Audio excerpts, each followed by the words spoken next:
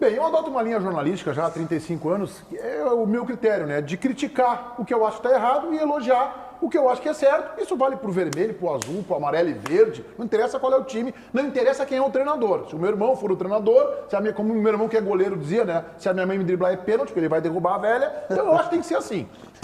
O Renato, ele está contribuindo para esta campanha medíocre que o Grêmio faz no Campeonato Brasileiro, com aproveitamento ali, 43,6%, eu acho que é o aproveitamento do Grêmio. Chega da história de ficar revezando o lateral que apoia. Quer dizer, se ele joga com o Orejuela, ele bota o Cortez. Se ele joga com o Diogo Barbosa, ele bota o Vitor Ferraz. Os dois melhores laterais do Grêmio. Se o Renato não sabe, não percebeu, e essa crítica não é pessoal, Renato. Não te defende nos recalcados da bola. A crítica é o teu trabalho como técnico. Tu também está sendo medíocre como o time do Grêmio. O Orejuela é o melhor lateral direito que tem o Grêmio. E o Diogo Barbosa é o melhor lateral esquerdo. Então, bota os dois para jogar. E para com a história de tirar o Lucas Silva. Eu falei do César hoje. O César acho que ele sentiu. O Lucas Silva sai e o Grêmio toma gol. Não é só por isso, mas talvez também seja por isso. Então, o Renato também contribui e contribui mais.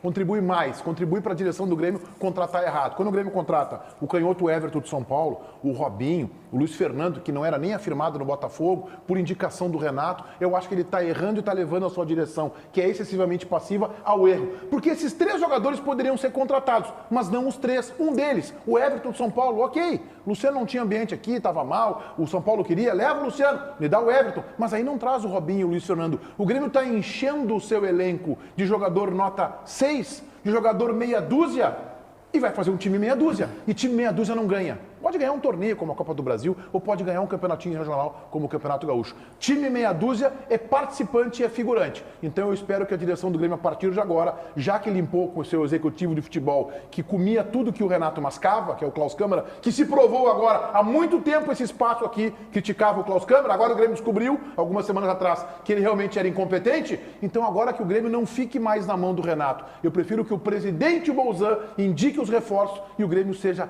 assertivo nas próximas contratações. Até pegando esse parênteses sobre, se fala muito no Grêmio na categoria de base, né? Mas na verdade a gente só chama a atenção da categoria de base do Grêmio quando algum jogador é vendido.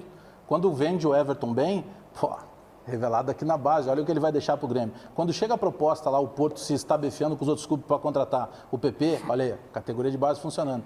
O Renato tem um jogador no grupo chamado Lucas Araújo, que é um primeiro volante, que joga uma barbaridade. E o Renato tem todo o mérito que ele puxou o Lucas Araújo para o grupo principal. Teve um jogo recente aí da Libertadores da América, acho que foi contra a Católica, ou o Grenal, não lembro bem. Ele colocou nos últimos minutos o menino. Aí aconteceu, o Santos ficou impedido lá de contratar o Tassiano. O Tassiano virou alternativa e saiu o menino de novo, ele já não concentrou mais. E o Tassiano, que o Renato bate na tecla, que precisa ter ritmo de jogo para alguns jogadores, o Tassiano não estava jogando e ele virou alternativa e ele entra todo jogo. Eu não tenho nada contra o Tassiano. Quem tem alguma coisa contra o Tassiano é a bola. O Grêmio, que tem um meio-campo sempre de muita dinâmica, de movimentação, de encurtar espaço, não vai conseguir nada com o Tassiano. Mas o Renato tem esse poder, eu acho que ele tem que ter mesmo, ele é o treinador. Só que em determinado momento, essas são contestações que depois fica muito fácil. O Renato vai para a entrevista coletiva e aí as nossas redes sociais no outro dia, não pela maioria, mas sempre tem algum hater, o machão, o boxeador de teclado, que quando ele encontra, por exemplo, quando ele me encontra na rua, ele bate nas minhas costas e dá um sorrisinho amarelo. Lá no Twitter ele diz que vai me dar pancada, não sei o que, graças ao Renato. Porque o Renato vai para a entrevista coletiva e ele sabe o poder que ele tem e ele diz, porque alguns da imprensa, Renato, a imprensa é a mesma que te projetou. Sabe por que um dia tu conseguiu ir para Roma e pagar um vale como uma das piores contratações da história da Roma? Porque tudo que tu fazia aqui no Brasil, a imprensa divulgava até o ponto que te levou para a Copa do Mundo, que te levou para o futebol italiano. Hoje tu é adorado pelo torcedor, tem um torcedor que nunca te viu de perto. Ele acompanha pela imprensa. Então é muito fácil jogar no colo da imprensa. Mas eu acho que ontem, Bagé, pegando por um outro viés, primeiro eu fiquei impressionado como ele botou o Gui Azevedo cedo, né?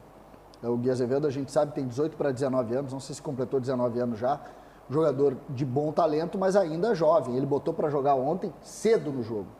É verdade que tu coloca a questão do Lucas Araújo, eu acho que ele coloca o Tassiano por uma característica. Lucas Araújo é de todos do grupo um número 5 mais tradicional, joga mais plantado, ele precisava de um jogador que chegasse um pouco mais na frente, acho que ele fez a opção pelo Tassiano por isso. Uma pena que o Gui Azevedo não entrou tão bem. Aí muitas pessoas, o Ferreira foi escanteado. Não, ele fez uma opção por outro menino da base. Isso eu nem critico ele. Aliás, eu não acho que o Ferreira é essa bola toda que muita gente acha, então.